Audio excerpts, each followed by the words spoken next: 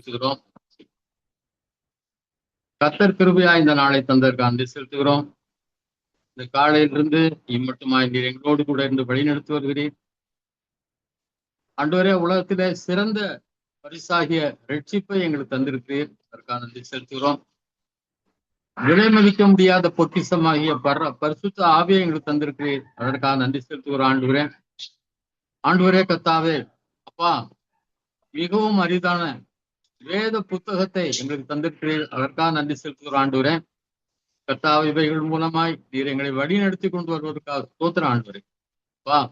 ஆண்டவரே, உண்மையில் என் கண்ணை வைத்து ஆலோசனை சொல்வேன் என்ற கர்த்தர் எங்களோடு இருந்து ஆலோசனை சொல்லி நடத்தி வருவதற்காக நன்றி செலுத்துகிறோம். ஆண்டவரே, உண்மையிலே நாங்கள் கழிவு வருகிறோம், மகிழ்ச்சி அடைகிறோம். கர்த்தாவே, ஸ்தோத்திரம், ஸ்தோத்திரம், ஸ்தோத்திரம், ஸ்தோத்திரம். ஆண்டவரே, ஸ்தோத்தரிக்கிறோம், ஸ்தோத்தரிக்கிறோம், ஸ்தோத்தரிக்கிறோம், ஸ்தோத்தரிக்கிறோம். ஆண்டவரே, நன்றியோடு ஸ்தோத்தரிக்கிறோம். ஆண்டவரே, நீரை தொடர்ந்து இந்த நாளில் கிரியை செய். இயேசு கிறிஸ்து நாம் கேட்கிறோம், நல்ல பிதாவே, ஆமென்.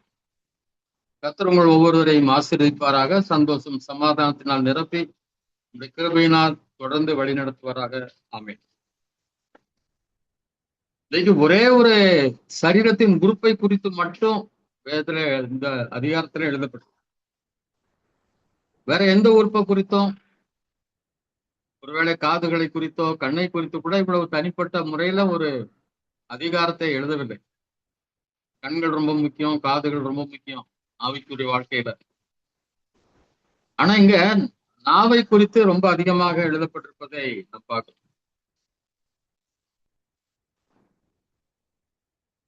முதலாவது வசனம் யாரா வாசிங்க? 3வது அதிகாரம் 1வது வசனம். என் சகோதரரே, அதிக ஆக்கினையை அடைவோம் என்று அறிந்து உங்களில் அநேகர் போதகராக இருப்பீர்களாக. அப்போ அதிக ஆக்கினை கிடைக்கும். அதனால நீங்க என்ன ஆயிராதீங்க, போதகர் ஆயிராதீங்க சொல்லி சொல்லுகிறார். ஜாக்கிரதையா இருங்க. நான் போதகரா பாஸ்டரா வந்து எல்லாம் பண்ணணும் அப்படின்னு சொல்றது நல்லதுதான், நல்ல ஊழியம்தான். ஆனா அதனால அவங்க அப்படிப்பட்டவங்களுக்கு தனி ஆக்கினை இருக்கிறது என்று வேதம் சொல்றதுதான் ஆச்சரியமா இருக்கு. ஏன்னு சொல்லி 2வது வசனத்தில் சொல்லப்பட்டது பாருங்க. 2வது வசனத்தை வாசிங்க. ஒருவனும் நாம் எல்லாரும் அநேக விஷயங்களில் தவறுகிறோம். ஒருவன் சொல் தவறாதவனானால் அவன் பூரண புருஷனும் தன் சரீரம் முழுவதையும் கடிவாளத்தினாலே அடக்கி கொள்ளக்கூடியவனுமாய் இருக்கிறான். ஏன் போதகர் ஆகாதீங்கன்னு சொன்னா, அவர் போதிக்கிறபடி அவர் என்ன செய்யறது இல்ல, நடக்கணும். நடக்கலன்னா அவங்களுக்கு என்ன வருமா? ஆக்கணை. மற்றவங்களை பார்த்து பொய் சொல்லாதே, திருடாதே, அது பண்ணாதே, இது பண்ணாதே, அடுத்தவன் பேசாத, அடுத்தவன் பொருள் மேல ஆசைப்படாத, எத்தனையோ காரியங்களை போதிக்கிறாரு. ஆனா அவங்க அதுக்கு கீழ்ப்படுகிறதுனா அதனால அவங்களுக்கு என்ன வரும்? அதிக தண்டனை வரும். அதனால்தான் நாம் எல்லோரும் அநேக விஷயங்களில் தவறுகிறோம். No one can say I am perfect. நான் ரொம்ப பரிபூர்ணமானவன், ரொம்ப பரிசுத்தமானவன், ரொம்ப உண்மை உள்ளவன், உத்தமம் உள்ளவன், எல்லாத்துலயும் அவன் ஓகே அப்படின்னு சொல்லி யாருமே என்ன செய்ய முடியாது, சொல்ல முடியாது. ஏன்னா நம்ம எல்லாரும் அநேக விஷயங்களில் தவறுகிறோம் அப்படின்னு சொல்லணும். நாம் எல்லோரும் அப்படின்றார் யாக்கோபு, தன்னையும் சேர்த்து மற்ற எல்லாரையும் சேர்த்து சொல்றாரு. நம்ம எல்லாரும் அநேக விஷயங்களை தவறுகிறோம். ஒருவன் சொல் தவறாதவனானால் அவன் பூரண புருஷனும். ஒரு சொல் தவறக்கூடாது. என்ன தவறணுமோ என்ன சொன்னமோ அதை செய்யணும். நிறைய பேர் பிள்ளைகளுக்கு நிறைய ப்ராமிஸ் எல்லாம் பண்ணுவாங்க. நான் உனக்கு அதை வாங்கி தரேன், இது வாங்கி தரேன், நீ ஃபர்ஸ்ட்டுக்கு வா, ஃபர்ஸ்ட் மார்க் எடு, இந்த வருஷம் நல்ல மாதிரில பாஸ் பண்ணு, ஏதாவது சொல்லுவாங்க. ஆனா கடைசியில என்ன செய்ய மாட்டாங்க? அவங்களுக்கு அவங்க சொன்னபடி அவங்க அந்த பிள்ளைகளுக்கு ஏதாவது கொடுக்க மாட்டாங்க. சொன்ன நம்ம நிறைய பேரண்ட்ஸ் அப்படி இருப்பாங்க, நம்முடைய ப்ராமிஸை நிறைவேற்ற மாட்டாங்க. அதே போல மற்றவங்களுக்கு கொடுக்குற வாக்குறுதிகள் எல்லாம் நான் பாத்துக்கிறேன், ஒன்றும் கவலைப்படாதீங்கம்மா. ஒரு நாள் நம்ம பக்கத்திலே வரமாட்டாங்க. என்ன பிரச்சனைனாலும் எனக்கு போன் பண்ணுங்க, நான் வருவேன்பாங்க. ஆனா அவங்க வரமாட்டாங்க. அப்படிலாம் இருக்கக்கூடாதுன்னு சொல்றாரு. சொல் தவறாதவனா அவன் பூரண புருஷன், அவன் ஒரு பெர்ஃபெக்ட் மேன் சொல்லப்படும். தன் சரீரம் முழுவதையும் கடிவாளத்தினாலே அடக்கி கொள்ளக்கூடமா இருக்கிறான்.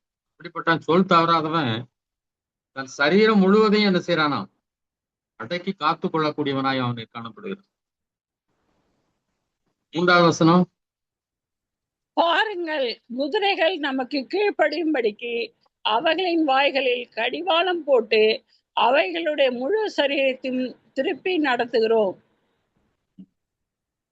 குதிரைக்கு கடிவாளம் போட்டிருப்பாங்க. நல்லா போயிட்டு இருக்கும்போது ஓடும்போது லூஸா விட்டுருவாங்க கடிவாளத்தை. ஆனா இடது பக்கம் திரும்பணும்னா லேசா இடது பக்கத்துல உள்ள அந்த கடிவாளத்தை இழுப்பாங்க. வலது பக்கம் திரும்பாங்க, லேசா வலது பக்கம் திருப்பாங்க. அப்ப அப்படியே அதே என்ன செய்யறோம், திரும்பிடும். கட்டாயம் நிறுத்தம்னா 2 பக்கத்துல உள்ளதை இழுக்கும் போது அதை என்ன செய்யறோம், அப்படியே அந்த இடத்துல நின்று விடும். இப்போ ஒரு குதிரைகளை கூட என்ன செய்யறோம், அது கடிவாளம் போட்ட சரீரத்தை எங்கதான் போட்டிருக்கு, மூக்குல தான் கடிவாளம் போட்டிருக்கு, வாய்கள்ல போட்டிருக்கு. ஆனா அந்த கடிவாளத்தினால முழு சரீரத்தையும் நம்ம கண்ட்ரோல் பண்ணிருக்கோம். 4வது வசனம். கப்பல்களையும் பாருங்கள், அவைகள் மகா பெரியவைகளாயிருந்தாலும் கடுங்காற்றுகளால் அடிப்பட்டாலும் அவைகளை நடத்துகிறவன் போகும்படி யோசிக்கும் இடம் எதுவோ அவ்விடத்திற்கு நேராக மிகவும் சிறிதான சுக்கானாலே திருப்பப்படும். எவ்வளவு பெரிய கப்பலா இருந்தாலும் அங்க ஒரு சுக்கான் ஒன்று இருக்கும். நம்ம கார்ல பாக்குறோம் ஸ்டேரிங் இருக்கு. அதுபடி ஸ்டியரிங் பண்ணி என்ன செய்யறோம், அதை திருப்பிடும்.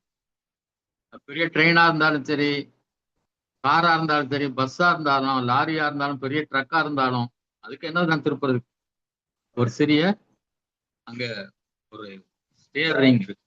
அதை பிடிச்சு திருப்பி என்ன செய்யலாம், வலது பக்கமோ இடது பக்கமோ எங்க வேணாலும் என்ன செய்யலாம், திருப்பி. கடல்ல பாத்தீங்கன்னா அலைகள் மோதும். திடீர்னு பெரிய காற்று வந்து அலைகளால அடிச்சு அங்கேயும் எங்கேயும் என்ன செய்யப்படாது, அரசடிப்பட்டாலும் அவன் கரெக்டா அந்த ஓட்டுற இந்த கப்பல் கேப்டன் எங்க அந்த ரேடை திருப்புறானோ அங்க கரெக்டா அதை என்ன செய்யும், திரும்பி போய்விடும்.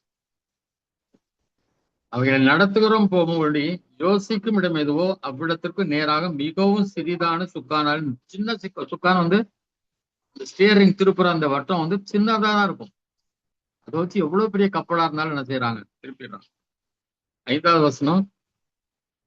அப்படியே நாவானது சிறிய அவயமாய் இருந்தும் பெருமையானவைகளை பேசும். பாருங்கள், சிறிய நெருப்பு எவ்வளவு பெரிய காட்டை கொளுத்தி விடுகிறது. நாவு வந்து ரொம்ப சின்னது, ரொம்ப சின்ன உறுப்பு. ஆனா அது என்ன செய்யதான், பெருமையானவைகளை பேசு. நான்லாம் அப்படி கிடையாது, நான்லாம் அப்படி இல்லை, எங்க குடும்பம் எல்லாம் அப்படி இல்லை அப்படின்னு சொல்லி பெருமையானவைகளை பேசுறது. நாக்கு வந்து பெருமையான பேசுறதுதான் நாக்கு தான். வேற எது மூலம் தன்னுடைய பெருமையை வெளிப்படுத்த முடியாது. இப்ப நாக்கு தான் ஒரு பெருமையானவைகளை பேசுறது. பெருமை என்ற குணம்லாம் எல்லாரையும் எளிதாக பற்றக்கூடிய ஒரு குணம் தான். பேசிக்கொண்டிருக்கும் போது மற்றவர்களோட பேசும்போது நான்லாம் அப்படி இல்லை, பிள்ளைகள்கிட்ட சொல்லணும், நான்லாம் அப்படி படிக்கல, இவ்வளவு மார்க் எடுத்தேன் அவ்வளவு மார்க் எடுத்தேன், அப்படி பண்ணா இப்படி பண்ணு சொல்லுவோம். சாதாரணமா இயற்கையா சொல்றதே பிள்ளைகளுக்கு அது தப்பு கிடையாது. ஆனா சாதாரணமா பேசுறதுக்கும் பெருமையா பேசுறதுக்கும் என்ன இருக்கு, வித்தியாசம் இருக்கு. சில நேரம் நம்ம கடவுளுக்காக கொடுத்ததை பற்றி கூட சொல்லுவோம். அது சாதாரணமா சொல்லுவோம், நானே இவ்வளவு கொடுத்தேன், நானும் உங்களுக்கு இவ்வளவு உதவி செய்தேன் அப்படின்னு சொல்லுவோம். அதெல்லாம் தப்பு கிடையாது. ஆனா ரொம்ப பெருமையா அதை எல்லாருக்கும் சொல்றது, நான் செய்தவைகளை, அதுதான் எனக்கு ஆபத்தான. சிறிய நெருப்பு எவ்வளவு பெரிய காட்டை கொளுத்தி விடுகிறது. சிறு நெருப்பு, கொஞ்சோண்டு நெருப்பு போட்டா பெரிய காடுகளே பற்றி எரிய ஆரம்பிச்சு. அதே போலதான் ஒரே ஒரு வார்த்தை மற்றவர்களை கோபப்படுத்தக்கூடிய, எரிச்சலை உண்டாக்கக்கூடிய வார்த்தைகள், கோல் சொல்றது, பிறனை பற்றி கெடுத்து சொல்றது, இது எல்லாமே பெரிய பிரச்சனையை உண்டாக்கிவிடும். சின்ன வார்த்தை தான் பெரிய சண்டையே உருவாக்கி விடும். அதாவது ஒரு சிறிய நெருப்பு, அது சின்ன நெருப்பு மாதிரி வார்த்தை, ஆனா அது ஆரம்பிச்சுன்னா அது பல இடங்களுக்கு பெரிய என்ன செய்யும், பெரிய தீமையை அதை விளைவிக்கக்கூடியதாய் காணப்படுகிறது. 6வது வசனம் பாருங்க. நாவும் நெருப்புதான், அது அநீதி நிறைந்த உலகம். நம்முடைய அவயங்களில் நாவானது முழு சரீரத்தையும் கரைப்படுத்தி ஆயுள் சக்கரத்தை கொளுத்தி விடுகிறதாயும் நரக அக்னியினால் கொளுத்தப்படுகிறதாயும் இருக்கிறது. நாவு என்னதான்? நெருப்பு தான்ற. நாவு ஒரு நெருப்பு. அது அநீதி நிறைந்த உலகம். நாவை குறிச்சு இவ்வளவு மோசமா இருக்கிறத பாக்குறோம். நெருப்பு அநீதி நிறைந்த, அங்கதான் அநீதியான வார்த்தைகள், மற்றவர்களை வேதனைப்படுத்துகிற, பாழ்படுத்துகிற வார்த்தைகள், எல்லா வார்த்தைகளும் இந்த இதுல தான் வருது, நாவுல தான் வருது. அது அநீதி நிறைந்த உலகம். நம்முடைய அவயவங்களில் நாவானது முழு சரீரத்தையும் கரைப்படுத்தி ஆயுள் சக்கரத்தையும் கொளுத்து விடுகிறதாயும் நரக அக்னியினால் கொளுத்தப்படுகிறதாயும் இருக்கிறது. நாவை பத்தி நிறைய மற்ற இடங்கள்லயும் நிறைய வசனங்கள் சொல்றாரு. மரணம் ஜீவனும் இங்கதான் இருக்குது, நாவின் அதிகாரத்தில் இருக்குது. அதில் பிரியப்படுகிறோம், அதன் கனியை புசிப்பான். அதுல இருந்து நன்மையானவர்களை பேசக்கூடியதாய், நல்ல காரியங்களை பேசக்கூடியதாய் இருக்கணும். எப்பவுமே சபிக்கிற காரியங்கள், நம்மை குறித்தே குறைவாய் சொல்லக்கூடிய வார்த்தைகள், என் குடும்பம்லாம், என் பிள்ளைகள்லாம் இப்படிதான் இருப்பாங்க, அவங்க எல்லாம் முன்னேறவே மாட்டாங்க, அவங்கள திருத்த முடியாது, அப்படிப்பட்ட வார்த்தைகள், அதை குறிச்செல்லாம் ரொம்ப எச்சரிக்கையா இருக்கும். நானே சில வார்த்தைகள் பேசுனது, ஒரு குடும்பத்துல 2 பிள்ளைகள் இன்றைக்கு, உங்களுக்கு கோபத்திலாம் சொல்லல, சரியா படிக்காதனால நான் சொன்ன வார்த்தைகள் வேலை நிறைவேற்றோன்னு நினைக்கிறேன். நல்ல வேலையில் இருந்தாலும் கடைசி வரை திருமணம் பண்ணாம நல்ல வாழ்க்கையில அவங்க இல்லை, கொஞ்சம் சொந்தக்காரங்க தான். கோபத்திலாம் அவங்கள சொல்லல, அவங்க படிக்காம அசட்டையா இருந்தனால சில சொன்ன வார்த்தைகள் ஒருவேளை பழித்து விட்டதோ நான் இன்றைக்கும் பயந்துட்டு இருக்கேன்.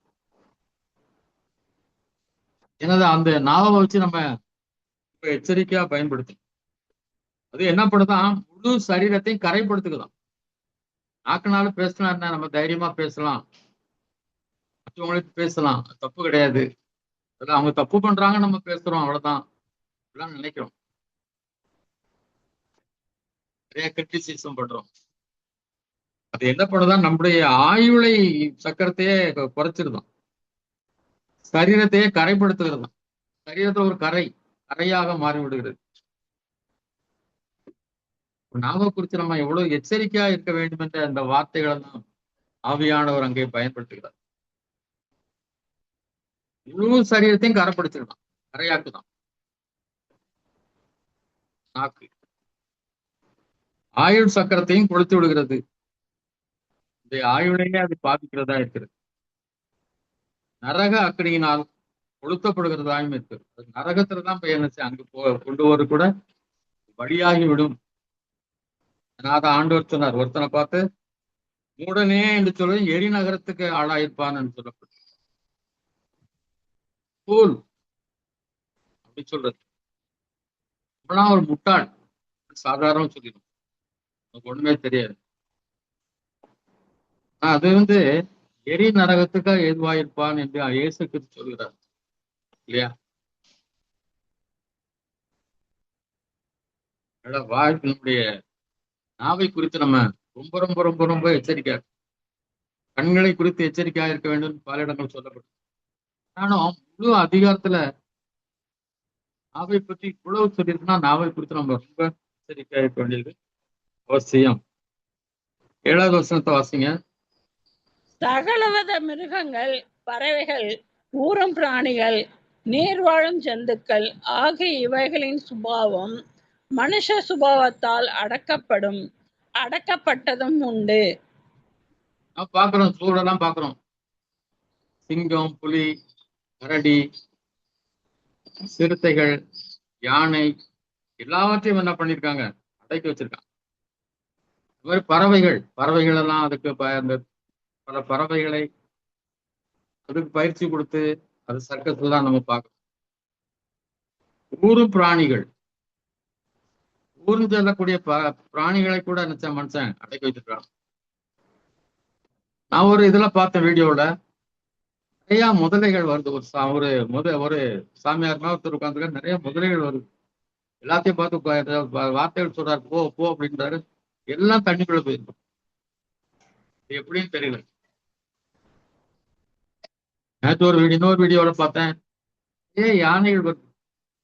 ஒரு லேடி அது பக்கத்துல ஓடி போய் தொடுறா. எல்லாம் அவளை நோக்கி ஓடி வருது. சில சூக்கள் எல்லாம் இந்த ஸ்டீல் வாட்டர்ஸ் அந்த மாதிரி நீர் வாழக்கூடிய மிருகங்களையும் நினைச்சிருக்காங்க, பழக்கியதை பயன்படுத்துகிறார். டால்பின், கடல்ல வாழக்கூடிய டால்பின் எல்லாம் அழகா படைச்சு வச்சு அது எவ்வளவு அழகா ஷோ பண்றதெல்லாம் நம்ம பார்க்கணும். இதெல்லாம் என்ன செய்யப்படுது, வெட்டப்பட்டிருக்கு. மனிதனுடைய தன்னுடைய பயிற்சினால அவைகளையெல்லாம் அடக்கி விடுகிறான். 8ஆம் வசனம் பாருங்க. நாவை அடக்க ஒரு மனுஷனாலும் கூடாது, அது அடங்காத பொல்லாங்குள்ளதும் சாவுக்கேதுவான விஷம் நிறைந்ததுமாய் இருக்கிறது. கண் அடக்க முடியாது, கை அடக்க முடியாது, கால் அடக்க முடியாதுன்னு சொல்லல. இதயத்தை கூட சொல்லல, நாக்கதான் சொல்லிட்டாரு. நாவை அடக்க ஒரு மனிதனாலும் கூடாது. எவ்வளவுதான் தீர்மானம் பண்ணியிருந்தாலும் ஏதோ ஒரு நேரத்துல கோபத்தில் திட்டிடுவோம், அடுத்தவங்களை பற்றி பேசிடுவோம், அடுத்தோடைய குறைவுகளை சொல்லி விடுவோம், இதெல்லாம் ரொம்ப கோபத்துல தூஷணம் பண்ணிடுவோம். ஏதாவது நாவை அதனால என்ன பண்ண முடியாதான், அடக்கவே முடியாது. அது அடங்காத பொல்லாங்குள்ளதும் சாவுக்கு ஏதுவான விஷம் நிறைந்ததுமா இருக்கிறது. நாக்குல எனக்குதான் விஷமே இருக்கு, விஷத்தை கக்குறது. அடங்காத பொல்லாங்குள்ளது.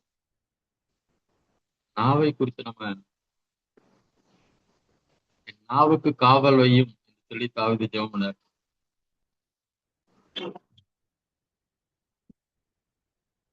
அதனால நாவை குறித்து நம்ம ரொம்ப ரொம்ப ரொம்ப ரொம்ப எச்சரிக்கையா இருக்க வேண்டும். 9வது வசனம், 10வது வசனம். அதனாலே நாம் பிதாவாகிய தேவனை துதிக்கிறோம், தேவனுடைய சாயலின்படி உண்டாக்கப்பட்ட மனுஷரை அதனாலேயே சபிக்கிறோம்.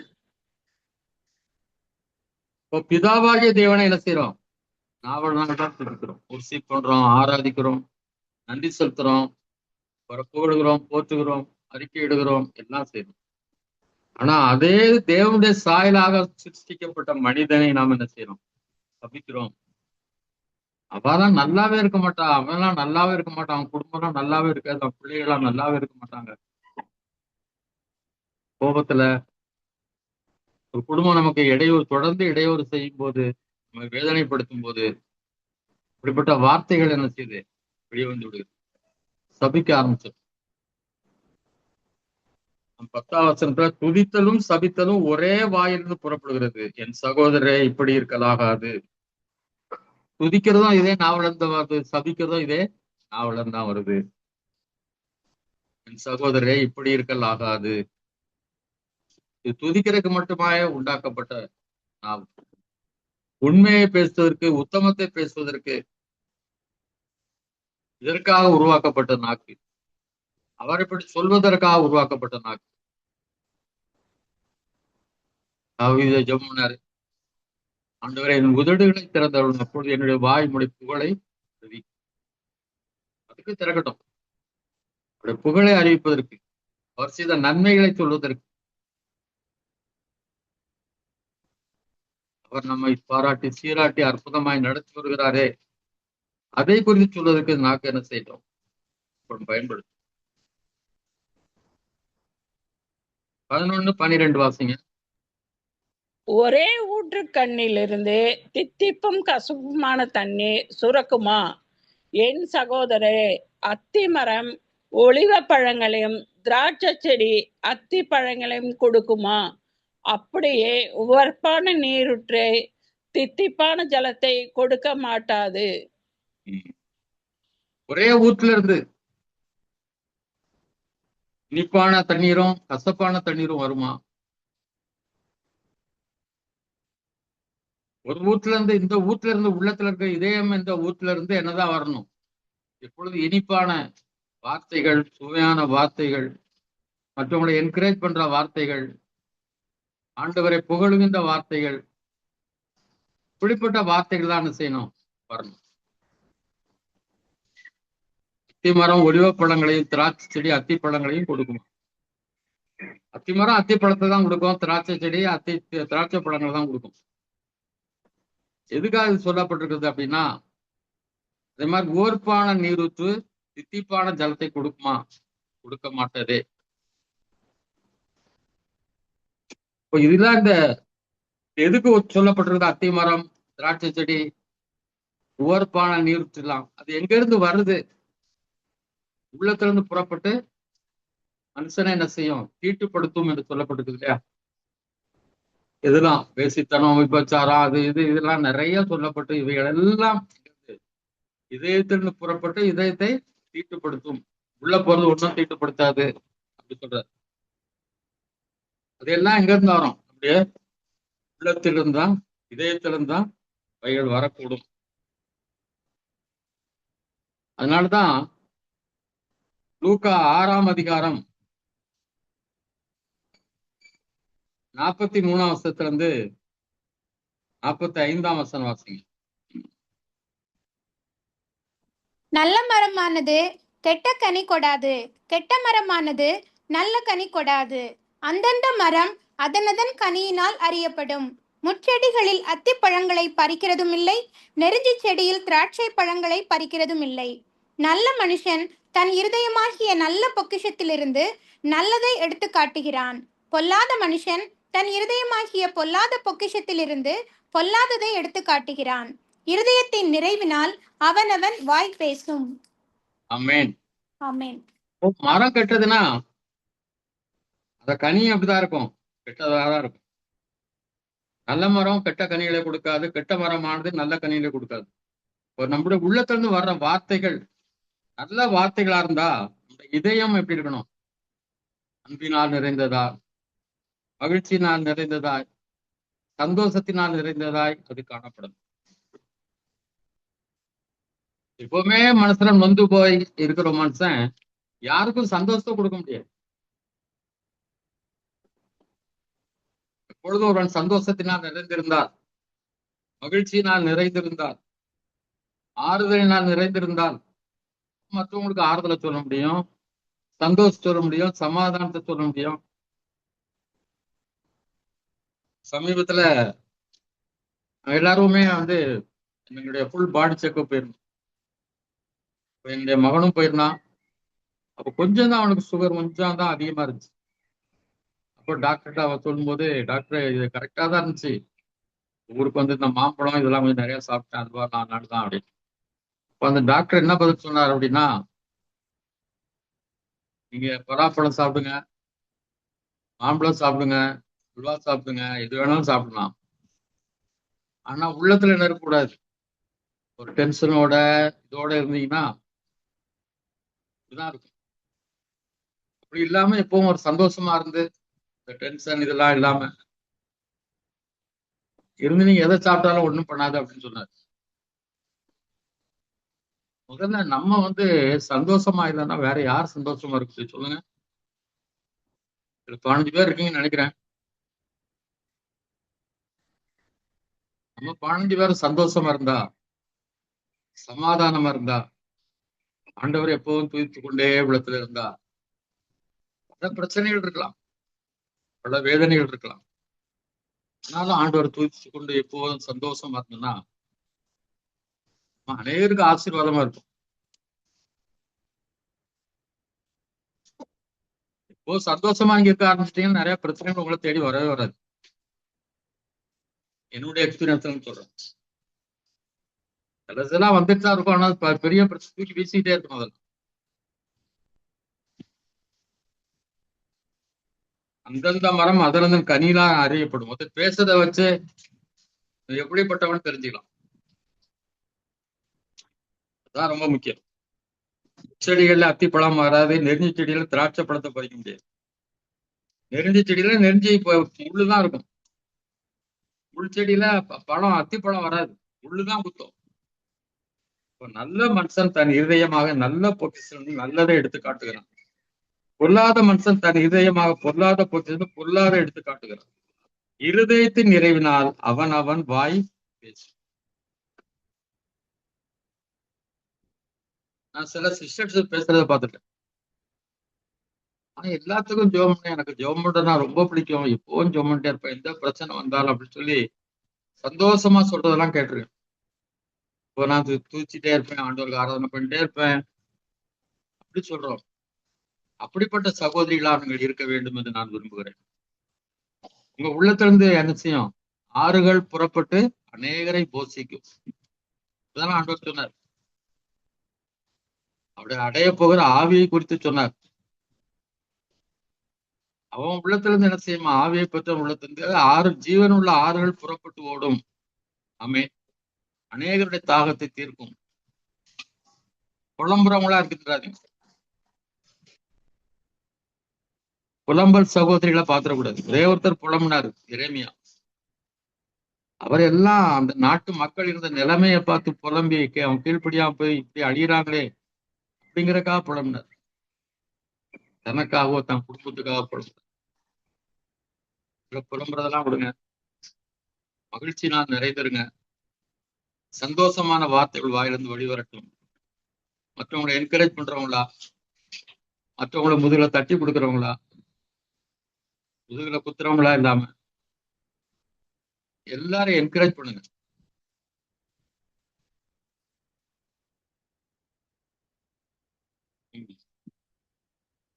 மறுபடியும் நம்ம யாக்கோபு நிருபத்துக்கு 3ஆம் அதிகாரத்துல 13ஆம் வசனத்துல வாசிங்க. உங்களில் ஞானியும் விவேகமாய் இருக்கிறவன் எவனோ அவர் ஞானத்திற்குரிய சாந்தத்தோட தன் கிரியைகளை நல்ல நடக்கையினாலே காண்பிக்க கடவன். பெரிய ஞானி, ரொம்ப விவேகி. இந்த உலகத்துல யார ரொம்ப விவேகி இப்போ சொல்றாங்க அப்படின்னா, நிறைய பணம் சேர்க்கிறோம், பணமே செலவழிக்காம, தனக்கும் செலவழிக்க மாட்டான், மற்றவங்களுக்கும் கொடுக்க மாட்டான், சேர்த்து வைப்பான். அவனை பார்த்தா எல்லாரும் நான் சொல்ல கேட்டிருக்கேன், ரொம்ப விவேகி. சமீபத்துல சொன்னார், எங்க வீட்டுக்கு வர்றாரு, சரி இறந்து போயிட்டாரு. அவரு நல்ல வயசுல தான் இருந்தாங்க, 77 78 வயசுல தான் இருந்தாரு. அவர் டீச்சரா இருந்து ரிட்டையர்டு. பிள்ளைகள்லாம் ஒருத்த பையன்லாம் அமெரிக்காவில் இருக்கான், அவங்க மனைவியும் டீச்சரா இருந்துட்டா, 2 பேருக்கும் பென்ஷன்லாம் வருது. அப்போ அவரை பற்றி சொல்லும் போது, அவர் கார்லாம் வாங்கல, அவர் ரொம்ப அறிவாளி அப்படின்னாரு ஒருத்தர். கார் வாங்காதவெல்லாம் அறிவாளியா, ஏன்னா பணத்தை சேர்த்து வச்சிருக்காங்க. அவர் இறந்து போயிட்டாரு. அவர் ஒய்ஃப் அன்னைக்கு சர்ச்சுக்கு போக முடியல, ஆட்டோவுக்கு போன் பண்ணி ஆட்டோவே வரல, சர்ச்சுக்கே போக முடியாம ஆயிட்டு. என்ன அறிவாளின்னு சொல்ல முடியாது. தேவைகளை நம்ம வாங்கி வைக்கிறது நல்லதுதான். அதுக்காக இன்ஸ்டால்மெண்ட்ல இஎம்ஐல வந்து கார் வாங்கணும் அப்படிலாம் நான் சொல்லலை. வாங்கி வச்சுட்டு கஷ்டப்பட்டுட்டா இருக்கக்கூடாது. எது நமக்கு முடியுமோ அதை வாங்குங்க. கடவுள் உங்களுக்கு ஆசீர்வாதத்தை தருவார். எது தரணும்னா அவர் தந்துருவார். உங்க பிள்ளைகளுக்கு என்ன வேணும்னு சொல்லி தெரியுதோ அதை நீங்க கட்டாயம் வாங்கி கொடுத்துருவீங்க. என் பிள்ளைகிட்ட நல்ல பேனா இல்லை, நல்ல பேக் இல்லை, நல்ல ஷூ இல்லை, கையெல்லாம் கிழிஞ்சு போச்சு, நீங்க பார்த்து எல்லாத்தையும் மாத்தி கொடுத்துருவீங்க. அதே மாதிரி ஆண்டவர் உங்களுக்கு தந்துருவார், அது நிச்சயம். அதுக்காக ஓரி பண்ணிட்டு ஃபாஸ்டிங் பண்ணலாம் ப்ரேயர் பண்ணாதீங்க. ஆண்டவரே எங்களுக்கு ஒரு எப்படியாவது ஒரு வீடு கட்டணுங்க, அதுக்கு உபவாசம் இருக்கிறது, இதெல்லாம் பண்ணிடாது. உங்க மகன் எங்கேயோ பாஸ்டிங் பண்ணி அவங்ககிட்ட கேட்டுட்டு இருக்கான். ஆண்டவருடைய காரியத்துக்காக ஊழியத்துக்காக வேணா பண்ணுங்க.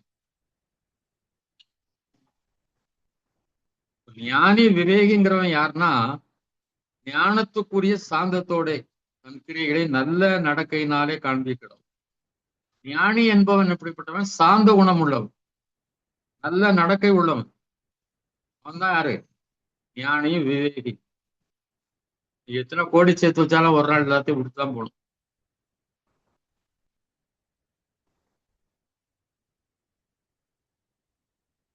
ஆனா சாகும்போது அப்படிதான் இருக்கும்னு நினைக்கிறேன். என் பேங்க்லயும் ஒரு அக்கௌண்ட்லயும் ஒண்ணு இருக்கக்கூடாது, இல்ல எந்த வீடோ நிலமோ எதுவும் எழுதி வச்சிருக்கூடாது. அதான் நான் விரும்புறேன். நான் ஞானியாக இருக்க விரும்புகிறேன். தேவனுக்கு சார்ந்த குணம் உள்ளவனாய் தன் கிரியைகளை நல்ல நடக்கை வாழ்க்கையில நல்ல நடக்கையினாலே காண்பிக்கிறான் தான் தேவம் உள்ள. 14ஆம் வசனம். உங்கள் இருதயத்திலே கசப்பான வைராக்கியத்தையும் விரோதத்தையும் வைத்தீர்களானால் நீங்கள் பெருமை பாராட்டாதிருங்கள். சத்தியத்துக்கு விரோதமாய் பொய் சொல்லாமலும் இருங்கள். கசப்பான வைராக்கியம் அன்றைக்கு அப்படி கைவிட்டு போயிட்டாங்க, நடுத்தரல விட்டு போயிட்டாங்க. நான் இவ்வளவு சொன்னேன், ஆனா கொஞ்சம் கூட சொன்னதெல்லாம் கவனிக்காம போயிட்டாங்க. இனிமெல்லாம் அவங்ககிட்ட போவே மாட்டேன். வீட்டுக்கு போனேன், ஒரு பச்சை தண்ணி கூட கொடுக்கல, அந்த வீட்டுக்கு போவே மாட்டேன். இதெல்லாம் வைராக்கியம், அவங்களை விரோதம் பண்றது. இதெல்லாம் இருந்தா நீங்க என்ன பண்ணாதீங்க, பெருமை பாராட்டாது. நிறைய பேர் சொல்லுவோம் இல்லையா, இந்த நாள்ல அந்த பக்கமே போறது இல்லை, பேசுறதே கிடையாது, போன் நம்பரே கட் பண்ணிட்டேன். நல்லா மெசேஜ் அனுப்புவேன், சிலர் வேணும்னு ஒரு சிலர் கிரிட்டிக்ஸ் தான் பண்ணுவாங்க, அவங்க பேர்லாம் எடுத்துட்டேன். அதெல்லாம் சரின்னு சொல்ல முடியாது.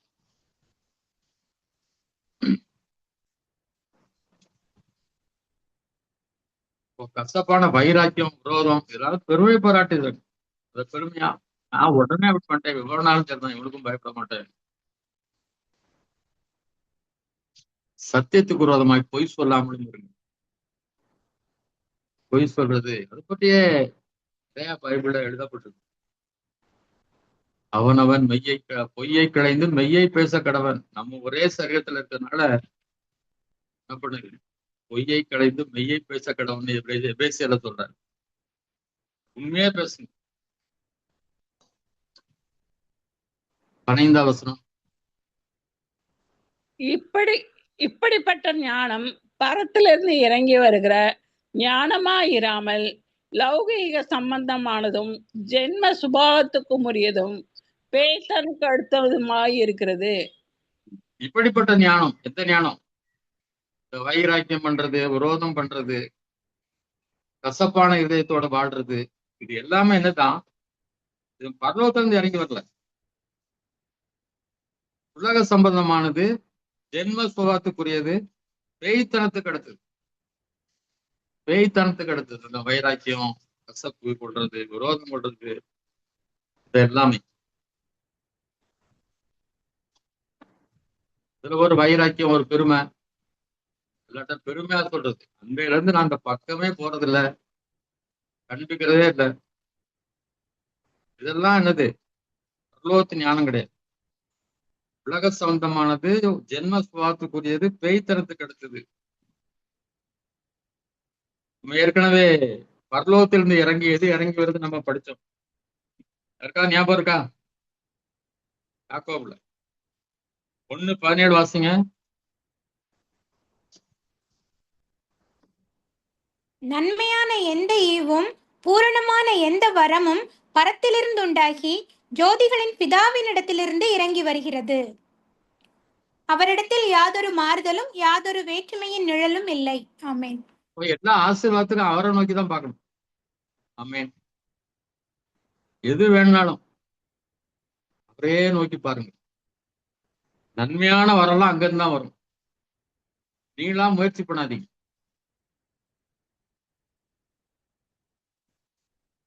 எல்லா ஈவுகளும் எங்கிருந்து வருது?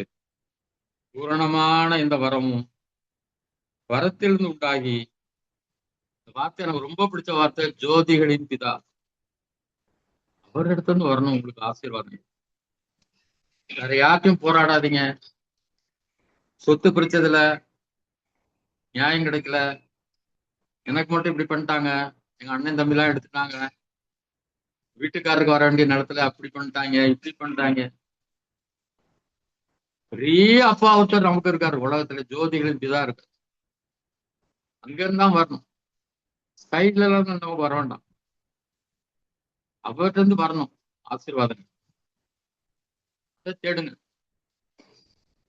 அவர்தான் சொல்லி நான் விட்டு விலகுவதும் இல்லை, உன்னை கைவிடுவதும் இல்லை என்று சொல்லியிருக்கிறாரே. உண்மையான இவுகள் எல்லாம் அவர்தான் தருவார். அங்க நோக்கி பாருங்க. 16. வைராக்கியமும் விரோதமும் எங்கே உண்டோ அங்கே கலகமும் சக துர்ச்செய்கைகளும் உண்டு. ஆமென். எந்த வைராக்கியத்தையும் உள்ளத்துல வைக்காதீங்க, விரோதத்தை வைக்காதீங்க. ஒருவேளை நீங்க விரோதிகள்கிட்ட போய் இப்போ உடனே பேசணும், நான் இப்படிலாம் பண்ணிட்டு இருந்தேன், நினைச்சிட்டு இருந்தேன், வைராக்கியமா இருந்தேன், இப்படிலாம் நீங்க பேசணும் அவசியம் கிடையாது. பொறுமையா இருங்க. உள்ளத்துல இருந்து முதல்ல வைராக்கியத்தையும் விரோதத்தை எடுத்து கொடுங்க. இப்போ சந்தர்ப்பம் கிடைக்கும் போதோ அவங்களோட பேசுங்க. உங்க துறையிலா இருந்து போட்டோம், அவங்க பேய்த்தனத்துக்கு அடுத்தவங்களா இருந்துட்டு போட்டோம். நம்ம அப்படி இல்லை, நம்ம ஜோதிகளின் திலாவிடத்துல பிள்ளைகள், நம்ம வெளிச்சமாவே இருப்போம், ஒளியின் பிள்ளைகளாவே நாம இருப்போம். சுவை கொடுக்கக்கூடியது திராட்சை செடிகளா இருக்கும், சுவை கொடுக்கக்கூடிய அத்தி பழத்தை தரக்கூடிய அத்தி மரங்களாய் நாம் இருப்போம். தித்திப்பான நீரூற்றாக நாம் இருப்போம். 17வது வசனம். பரத்திலிருந்து வருகிற ஞானமோ முதலாவது சுத்தமுள்ளதாயும் பின்பு சமாதானமும் சாந்தமும் இணக்கமும் உள்ளதாயும் இரக்கத்தாலும் நற்கனிகளாலும் நிறைந்ததாயும் பட்சபாதம் இல்லாததாயும் மாயமற்றதுமாய் இருக்கிறது. ஆமீன். ஞானம் அப்படின்னு பரலோகத்திலிருந்து வர்ற ஞானம் எது? முதலாவது பரிசுத்தம், அடுத்தது சமாதானமும் சாந்தமும். சமாதானத்தை நாடக்கூடிய உள்ளமா இருக்கு. நம்ம முதல்ல சமாதானமா இருக்கும், அதை நல்லா தெரிஞ்சுக்கணும். எப்பவும் கலவரத்திலே கலக்கத்திலே இருக்காது. அப்படி இருக்க இப்படி இருக்க, அது வந்துருமோ இது வந்துருமோ, பிரச்சனை வந்துருமோ அது வந்துருமோ. சமாதானம் உள்ளத்துல இருப்பதா.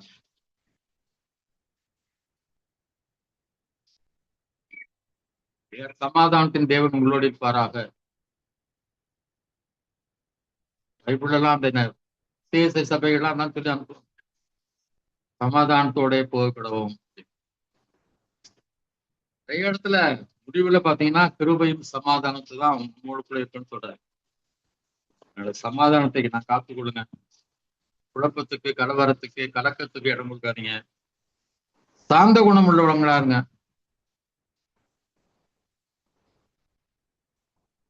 இப்போ பார்த்தாலும் என்னவா இருக்குது அந்த டெம்பர்மெண்ட்,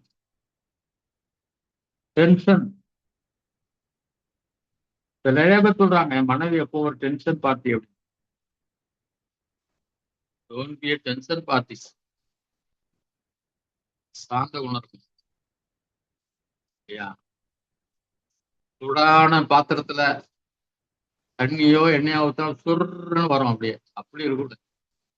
ஆறுனவங்களா உள்ளத்துல சமாதானம். சமாதானத்தால சாந்த குணம் தானா வந்து. நிறைய இடத்துல நானே இவ்வளவு பிரச்சனை எனக்கு ஏன்ட்ட வந்து இதை சொல்றியே அப்படின்னா, நானே வந்து குழப்பத்துல இருக்கேன் ஏன்ட்ட வந்து சொல்றியத. ஏன் குழப்பத்துலயோ இல்லா இருங்க, சமாதானமா இருங்க, அப்பதான் சாந்த குணம் வரும். இணக்கம் உள்ளதாய், மற்றவங்களோட இணங்கி போகிறவர்களாய், ஒத்து போகிறவர்களாய் இருக்கணும். பாவிகளோட ஒத்து போய் பாவத்துக்கு போயிடக்கூடாது, சினிமாவுக்கு போயிடக்கூடாது. அதத்தோட இணங்கி போகணும்.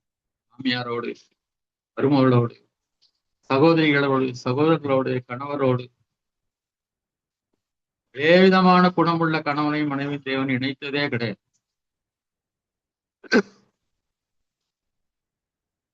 நானா இருக்கிறதுனால இவ்வளவு நாள் உங்களோட வாழ்ந்துட்டு இருக்கேன், குப்பை கொட்டிட்டு இருக்கேன் சொல்ல, குப்பையெல்லாம் கொட்டாதீங்க. நான் தான் உங்களோட வாழ்ந்துட்டு இருக்கேன், வேற எவ்வளவு வாழ்ந்துருக்க முடியாது உள்ள காலம் அப்படின்னு. அவரோட வாழம் தான் உங்களை ஆண்டவர் உருவாக்கி வச்சிருக்காரு, ஜோடியா கொடுத்திருக்காரு. அவருக்கு தெரியும் உங்களுக்கு வரப்போகிற கணவர் எப்படிப்பட்டவரா இருப்பாரு, பிள்ளைகள் எப்படி இருப்பாங்க எல்லாம் தெரியும் அவருக்கு.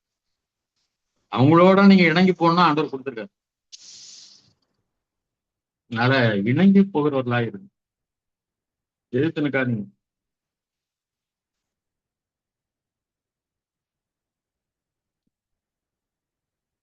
இரக்கத்தாலும் நற்கனிகளால் நிறைந்ததாயும். இரக்கம் பிள்ளைகள் தவறு செய்தாலும் சரி, கணவர் தவறு செய்தாலும் சரி, வேற யார் தவறு செய்தாலும் இறக்க குணத்தை காட்டுங்க. லைட் ஆஃப் பண்ணலையா, ஃபேன் ஆஃப் பண்ண முடியல, இதை கூட செய்ய முடியலையா, இப்படி பண்றீங்களா, இப்படி பெட்ஷீட் எல்லாம் அப்படியே போட்டு போறீங்களா, இறக்க குணமா இருங்க. பிள்ளைங்கள்லாம் அப்படிதான் இருக்கும். எல்லாத்தையும் பேப்பர்லாம் கிழிச்சு போடுவாங்க, சுவர்ல எழுதி வைப்பாங்க, எல்லாம் பண்ணுவாங்க. மார்க் ஒரே வாங்கியிருப்பாங்க. எல்லாத்துலயும் இறக்க குணம் உள்ளவர்களாயிருங்க. நற்கனிகளா நிறைந்ததாயும் பட்சபாதம் இல்லாததாயும். அன்றைக்கே பட்சபாதத்தை பற்றி பேசணும், முதல் அதிகாரத்தில் நினைக்கிறேன். வீட்டிலேயே ஆரம்பிச்சிடும் பட்சபாதம். ஒரே தப்ப 2 பேர் செய்தாலும் ஒருத்தட்ட பேசுற ஒரு மாதிரி இருக்கும், இன்னொருத்தட்ட பேசுற வேற மாதிரி இருக்கும். கோபம், கோபம் மட்டும் ஒருத்தர் தான் நைஸா பேசுவோம். பட்சபாதம் கூட எங்கேயுமே பிள்ளைகள் இடத்துல, மற்றவங்கள்ட்ட, அண்ணன் பிள்ளைகிட்ட ஒரு மாதிரி நடப்போம், தங்கச்சி பிள்ளைகிட்ட வேற மாதிரி நடப்போம். யாரை பிடிக்கும்? அண்ணன் ரொம்ப பிடிச்சா அண்ணனுடைய பிள்ளைகளை சப்போர்ட் பண்ணுவோம். தங்கச்சி பிள்ளைகள் அல்லது அக்காவுடைய பிள்ளைகளுக்கு நல்லா பிடிக்கும்னா அவங்கள சப்போர்ட் பண்ணுவோம். பட்சபாதம் இருக்கக்கூடாது. மாயமற்றதா இருக்கிறது. மாயமானம். ஒருத்தர் பிடிக்காம வீட்டு வந்தாலும், அக்கா நீங்க வருவீங்கன்னு சொல்லி நடிச்சிட்டு இருந்தேன், நானே அந்த பக்கம் கட்டாயம் உங்களை பார்க்கணும்னு வந்துட்டேன், நீங்களே வந்துட்டீங்க, ரூம்னெல்லாம் திட்டிட்டு இருந்துட்டு. மாயமானம் எல்லாம் பண்ண முடியாது. பிடிக்காதான் வந்தா சாதாரணமா பேசிட்டு போங்க. நானே போன் பண்ண நினைச்சேன், நீங்களே பண்ணிட்டீங்க, பண்ணாதீங்க. மாயமானம். நீதியாகிய கனியானது சமாதானத்தை நடப்பிக்கிறவர்கள சமாதானத்திலே விதைக்கப்படுது. அதே கனி, நீதியாகிய கனி, கனி தரக்கூடிய ஒரு வாழ்க்கை எங்க இருக்குன்னா, சமாதானத்தை நடப்பிக்கிறவர்களாலே. உள்ளத்துல நமக்கு முதல்ல சமாதானம் இருக்கணும், மற்றவங்களோட சமாதானமா இருக்கணும். அப்போதான் அது எங்க சமாதானமான ஒரு சூழ்நிலை ஏற்படுத்தும். இதுக்கு நிறைய விளக்கங்களை நான் பார்த்தேன், இன்னும் சரியா எனக்கு புரியல. நம்ம முதல்ல சமாதானமாக்கணும், மற்றவங்கள சமாதானத்தோட வாழணும். எப்பொழுது சமாதானமா இருக்க வேண்டும் என்ற சிந்தனை நம்ம இடத்துல இருந்தா எல்லா இடத்துலயும் என்ன இருக்கும்? சமாதானம் காணப்படும். முதல்ல நம்ம எப்படி இருப்போம்? சந்தோஷமா இருப்போம், சமாதானமா இருப்போம். கசப்பு இருப்பெல்லாம் நீங்க போட்டுருங்க. எங்களை ஏத்த விட்டு போன லேடி இப்பவும் எங்களுக்கு டெய்லி தொந்தரவு தான். அதுக்கு பயந்து போய் அது வர்றதுக்கு முன்னால முடிக்கணும்ட்டு 5:30 மணிக்கு எழும்பி எங்க வீட்டுல ஒய்ஃபு அல்லது மருமக எல்லாம் செல்வி தான் எழும்புறாங்க. அது கரெக்டா அந்த டைமுக்கு வந்து எழும்பின்னுட்டு ஏதாவது பேசுறது. இப்போ நம்ம டென்ஷன் ஆகக்கூடாது. கடவுட்டு விட்டுருவோம். எல்லா காரியத்தையும், எல்லா தேவைகளையும், எல்லா பிரச்சனைகளையும் எல்லாவற்றையும் அப்ப இடத்துல ஒப்புவிப்போம். ஒன்றுக்கும் கவலைப்படாமல் இருக்கு. நீங்கள் ஒன்றுக்கும் கவலைப்படாமல் எல்லாவற்றையும் இருக்குங்க, அவருக்கு தெரியப்படுத்துங்க. சொல்லிட்டு அமைதியா இருங்க, சந்தோஷமா இருங்க, சமாதானமா இருங்க.